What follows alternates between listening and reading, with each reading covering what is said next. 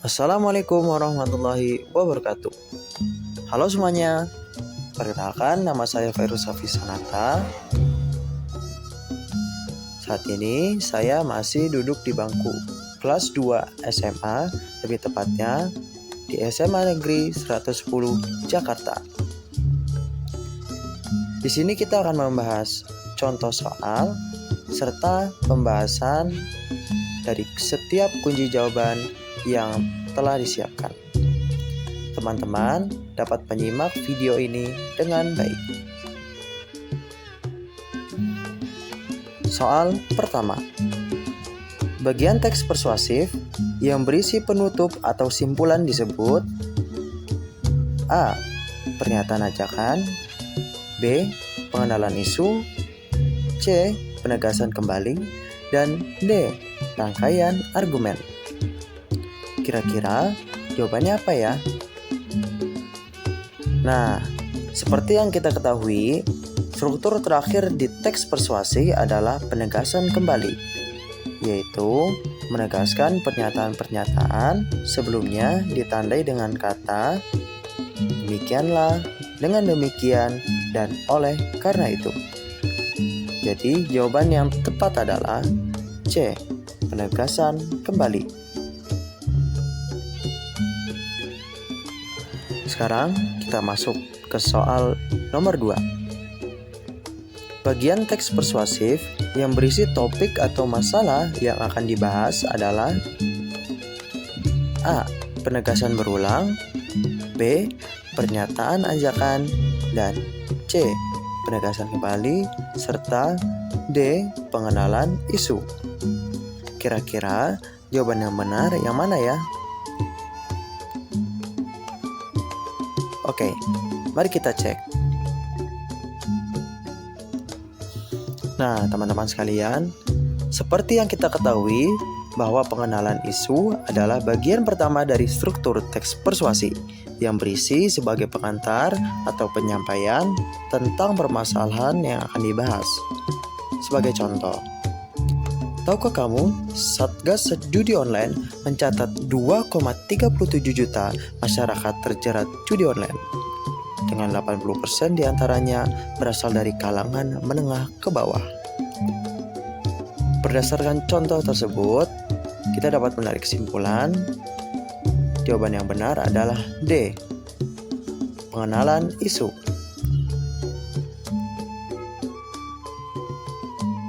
Nah, sekarang kita masuk ke soal nomor 3. Bagian teks persuasif yang berisi pendapat yang disertai fakta-fakta dinamakan A. Pernyataan ajakan, B. Penegasan kembali, C. Rangkaian argumen, dan D. Pengenalan isu. Kira-kira jawaban yang benar apa ya? Mari kita cek.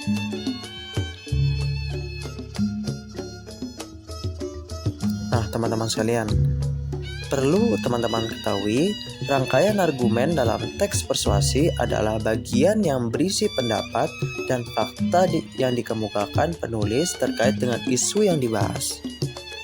Rangkaian argumen merupakan salah satu struktur teks persuasi yang penting karena bertujuan untuk memperkuat argumen dan mempengaruhi pembaca. Dapat kita tarik kesimpulan, jawaban yang benar adalah C, yaitu rangkaian argumen. Sekarang kita masuk ke soal nomor 4. Bagian teks persuasif yang berisi ajakan untuk mempengaruhi pembaca disebut A. Rangkaian argumen, B. Pernyataan ajakan, C. Penegasan kembali, dan D. Pengenalan isu. Kira-kira jawaban yang benar apa ya?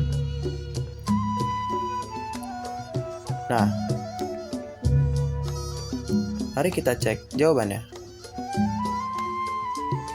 Baik teman-teman sekalian, perlu teman-teman ketahui bahwa pernyataan ajakan adalah bagian inti dari teks persuasi yang berisi dorongan kepada pembaca untuk melakukan sesuatu. Pernyataan ajakan dapat disampaikan secara langsung maupun tidak langsung. Maka dari itu, dapat kita tarik kesimpulan bahwa kunci jawabannya adalah B. Pernyataan ajakan.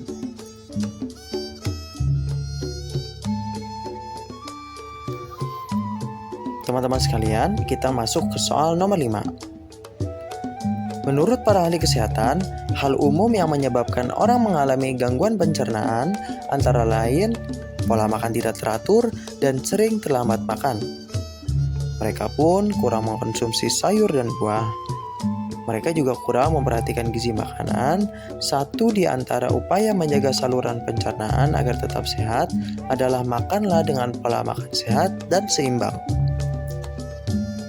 Kalimat pertama paragraf di atas menggunakan kaidah kebahasaan berupa A. Kata rujukan, B. Kata keterangan kausalitas, C. Kalimat ajakan, dan D. Kata kerja mental. Kira-kira jawaban yang tepat apa ya?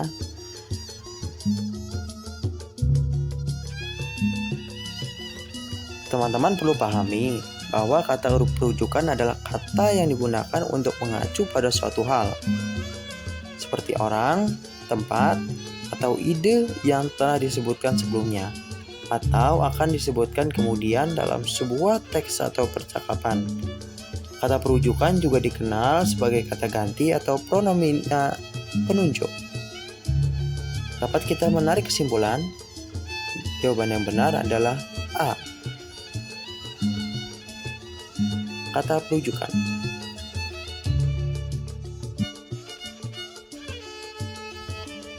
Sekarang kita masuk ke soal nomor 6. Patuhilah protokol kesehatan. Fungsi partikel la dalam kalimat tersebut adalah A. Menjadikan kalimat aktif, B. Membentuk kalimat larangan, C. Memperhalus perintah, dan D. Membentuk kata kerja.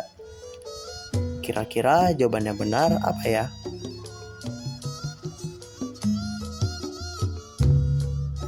Nah, teman-teman sekalian, kata la adalah partikel yang digunakan dalam bahasa Indonesia untuk memperhalus kata perintah, mempertegas kalimat pernyataan, dan mempertegas kata ganti. Partikel la ditulis serangkai dengan kata yang mendahuluinya. Sebagai contoh, gapailah, marilah, tuntutlah, patuhilah, dan masih banyak lagi. Maka dari itu, jawaban yang benar adalah C, yaitu memperhalus perintah.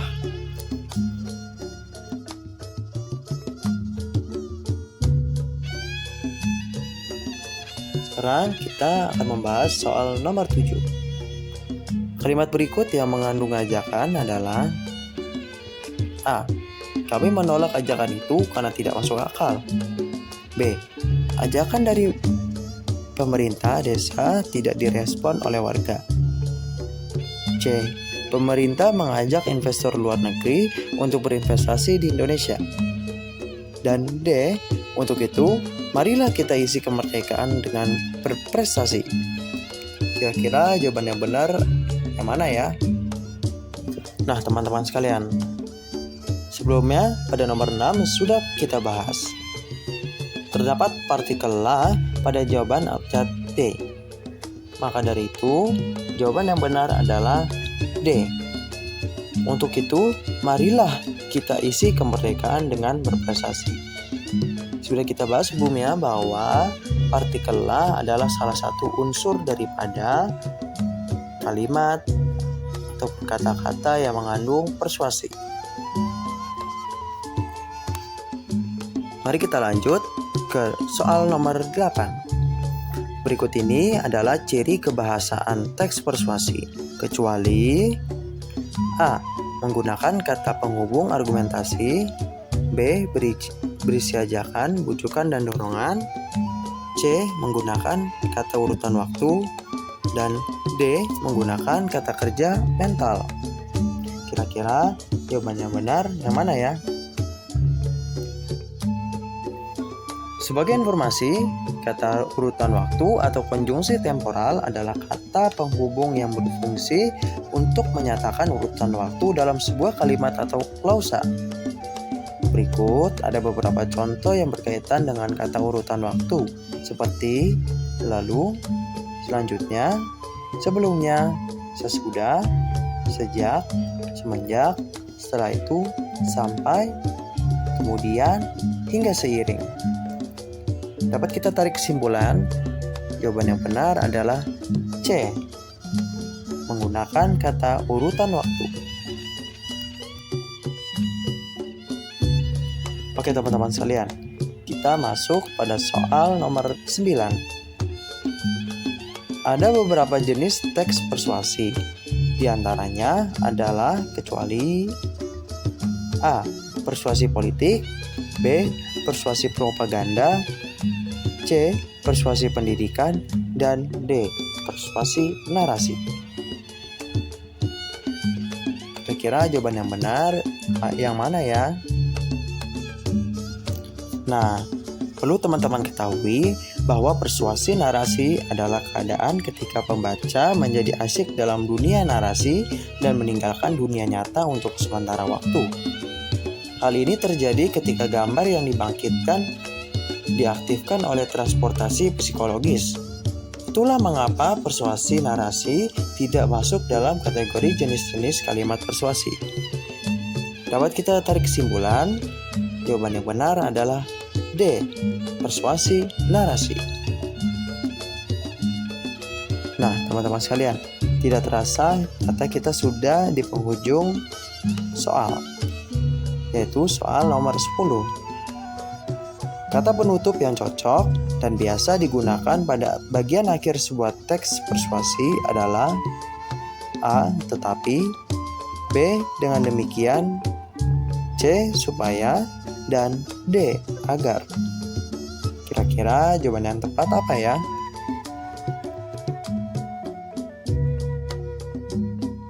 Nah, teman-teman sekalian, seperti penjelasan di nomor 1 bahwa struktur terakhir di teks persuasi adalah penegasan kembali, yaitu menegaskan pernyataan-pernyataan sebelumnya ditandai dengan kata demikianlah, dengan demikian, dan oleh karena itu. Dikarenakan ada pilihan C, dengan demikian, yang termasuk dalam kategori penegasan kembali, maka jawaban yang benar adalah C, dengan demikian. Nah, teman-teman sekalian, tidak terasa ternyata kita akan berpisah. Maka dari itu diharapkan teman-teman sekalian dapat memahami materi-materi dari contoh soal serta pembahasan dari kunci jawaban tersebut. Semoga bermanfaat. Saya akhiri. Wassalamualaikum warahmatullahi wabarakatuh.